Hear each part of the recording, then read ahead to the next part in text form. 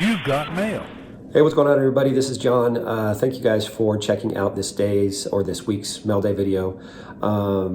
Didn't get a lot of mail this week, but I did spend some time out at the final Denver card show of the year for 2022. So normally don't focus on going out to the show because it's more of a modern show. There's dealers. It's pretty broad, I'll be honest, right? There was a lot of soccer out there. Now, I get it. The World Cup finals were taking place this weekend, so I think there were some folks trying to capitalize on it. But, hockey, there's a number of hockey dealers that attend the show or go to the show on a regular basis. And then the vast majority of the dealers are more of a modern, with a splash of vintage here and there. The cards that I purchased kind of fall into a dealer that was in that same space, more modern, with splash of vintage. And we were able to kind of come together on this single lot that I bought. But outside of it, there's only 2 or 3 like true vintage dealers. Prices are generally a little bit elevated. One of them does no grading or very little grading, but he's got great stuff, right? And I've seen him kind of evaluate cards that he's purchased at the show, and he's got a great process and a great eye and a great knowledge base. So generally I think that he's doing it right, but he's selling kind of at grading prices for non-graded cards. The other guy specifically has a wonderful collection, all graded. He's actually looking to move his entire collection, but he's asking for prices above what you're going to pay on eBay or online. So it doesn't make a lot of sense to go and try. To be totally fair, I did go and try and make some deals, and his prices were just too high. And to be fair, he said, "Hey, look, this is what I'm into the card. I can sell it for this." I'm assuming he's being honest. He's trying to liquidate what he's got. They were just prices that I wasn't willing to pay because I can get the same cards in similar conditions, similar grades for, at least 10-20% cheaper than what he was asking, for most cards within his collection. But he had some wonderful stuff. He and I have actually never done a deal together. The other vintage dealer, I have purchased a card from him. But what you're going to see is going to be more in that lane, meaning the purchases or the vast majority of the cards or purchases this week that I'll be showing come from that show. I did also stop at a local card shop called Bill's Card Shop. He's kind of in the southern metro portion of Denver. A wonderful card shop, tons of vintage, great stuff. Again, vintage that's raw. He has very little, or they have very little graded. And again, most of the raw, they're asking for graded type prices. There's not a lot of dickering there. I'm a casual customer of theirs. I only probably go to the shop 2-3 times a year. And it's normally going and getting some specialty type supplies that, he does a great job of stocking that some of the other local shops maybe don't. Tall boy semi-rigids or various things that are more on the vintage side. But I did pick up a card from him, and I'll show you that right now. Let's go ahead and just flip this around and let's take a look at some cards. Okay, so this week's mail day video is going to be dominated by NBA, so I apologize in advance to my baseball and football fans or folks tuning in to check out those cards. I do have a baseball card, pretty cool one to show you guys. No football this week. Don't know why, but NBA, it's not necessarily that I'm searching for NBA. If anything, I'm kind of targeting MLB cards right now or baseball cards right now, mainly because of the off season and trying to get off season type prices. I've got plenty in the mail that are coming. They will be included in next week's mail day video, but you're going to see a ton of basketball. You're going to see some vintage basketball, kind of 70s vintage basketball, a little bit older than that, a couple of modern cards, or at least a modern card, and one baseball card. So as I mentioned, I went to a sports card show here in Denver, Colorado, out by the Denver International Airport. I've got a card list of about 50 cards that I'm targeting.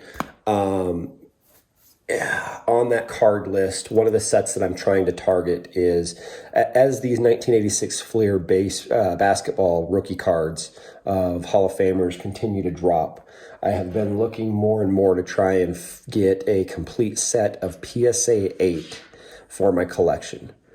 I've got the Malone, I've got a couple others.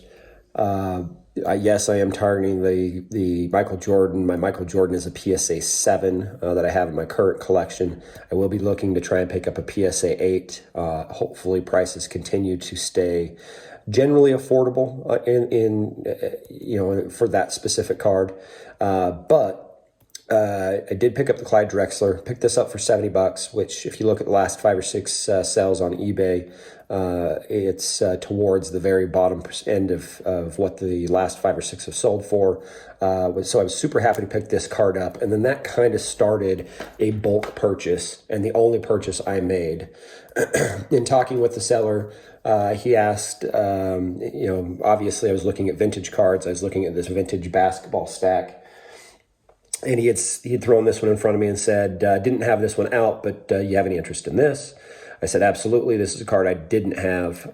This is a 1961 Post serial Mickey Mantle. This is a hand-cut card for folks that aren't super familiar with this card. Yes, it is a $20 card. In this type of condition on eBay, you're going to find this card for between $20 and $40, generally speaking. 20 and 45 shipped is probably a fair way to say that. This card, if you were to put the price, with the discount of buying in bulk, probably got this one for $15. It is not in perfect shape. You can take a look at these 2 bottom corners. They were cut a little funny. Again, this is a hand cut card, but I didn't have it. Whenever you can pick up a Mickey Mantle card, even if it is one of these oddball, serial or box cards, hand cut box cards for $20. At this point, $15, I'll buy them. Won't think twice about buying them. So I was pretty happy to get this one. It's the first and only one of these Post serials that I have for the Mick in my collection. So happy to pick up that one. That was my only non-basketball card picked up. This lot I'm going to just go through real quick. This 88 set, I already have a complete set of it. Picked up another Horace Grant rookie, a Kareem, a Magic, an Isaiah, a Bird, and an Olajuwon. Not super rare cards, but for less than $1, I'll pick up those names all day long. 76, 77s, picked up a Cowens and a Bob Lanier. I'm going to use the Bob Lanier just to kind of show you guys. The reason why this lot was so enticing, there's not going to be any major names. They're all Hall of Famers, but, there's not, a bunch of Julius Irvings or Wilt Chamberlains or Bill Russells or Jerry West. Those names are absent from this list. But when you look at the condition of these cards, they're all kind of mid to late 70s, generally speaking, and they're all in just excellent shape, right? If anything, the only concern would be the centering on some of these cards as I quickly flip through them. But corners on all the cards are extremely sharp. Surface on all the cards is extremely, very nice, very, very nice, very strong. Almost pack-pulled, thrown into a box, and not rattle around, damaging corners. So let's just quickly go through some of these. An AD, this is a 79. I think these are the 78s. 2 Dave Cowens. Didn't mean to get a dupe there, but ended up with 2 of them. Daryl Dawkins is not a Hall of Famer, but I believe this is his rookie card. I already have a version of his rookie card, but for less than $1, I'll take another one. And when you think of 70s basketball, to me, Daryl Dawkins is synonymous with 70s basketball. Walt Frazier, Rick Barry, Bill Walton. These are 75, 76s. Bob McAdoo and Dave Cowens. These are the 81s. This would be like Bird and Magic's second year. Quickly go through these. Again, picked them up just because of condition. These are, most of these cards are probably, you can find these cards probably pretty regularly for $1, right?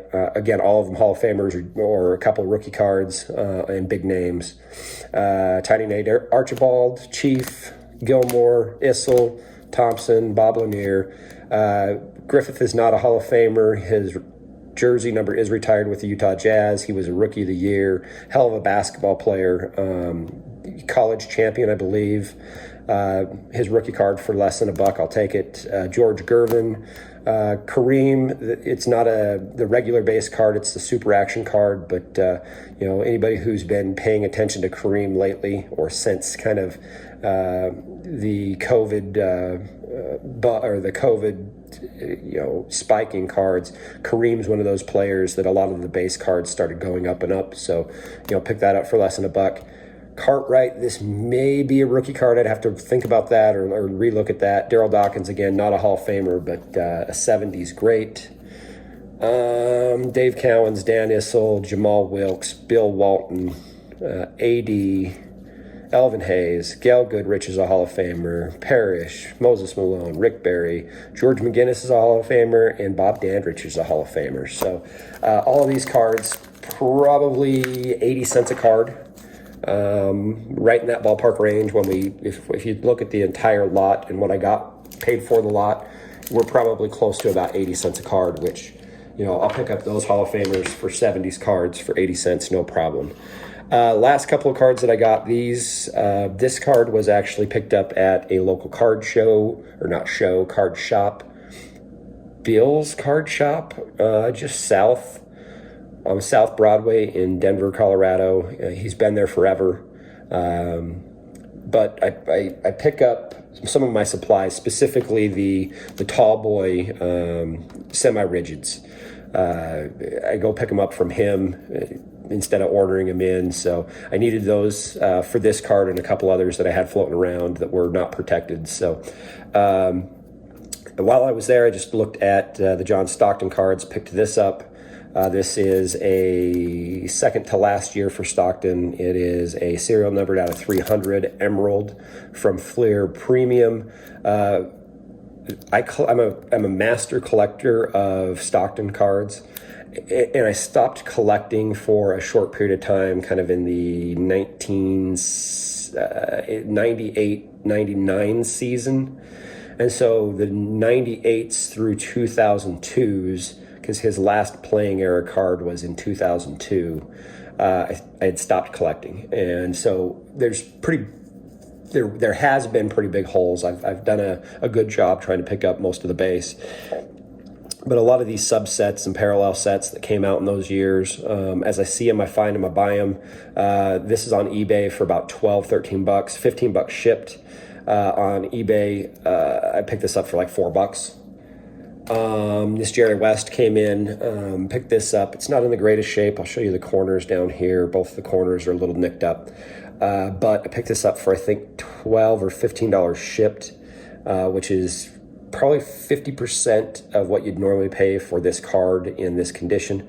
The seller had this marked as like a 1974 basketball card, and this is a 70-71 is what year this came from. So he had it marked wrong. He had it was a seller with little to no feedback. I think he actually had zero feedback. So, you know, $15, I'll take a gamble, make sure that, you know, help a new guy out or a new seller out, but ultimately picked this up.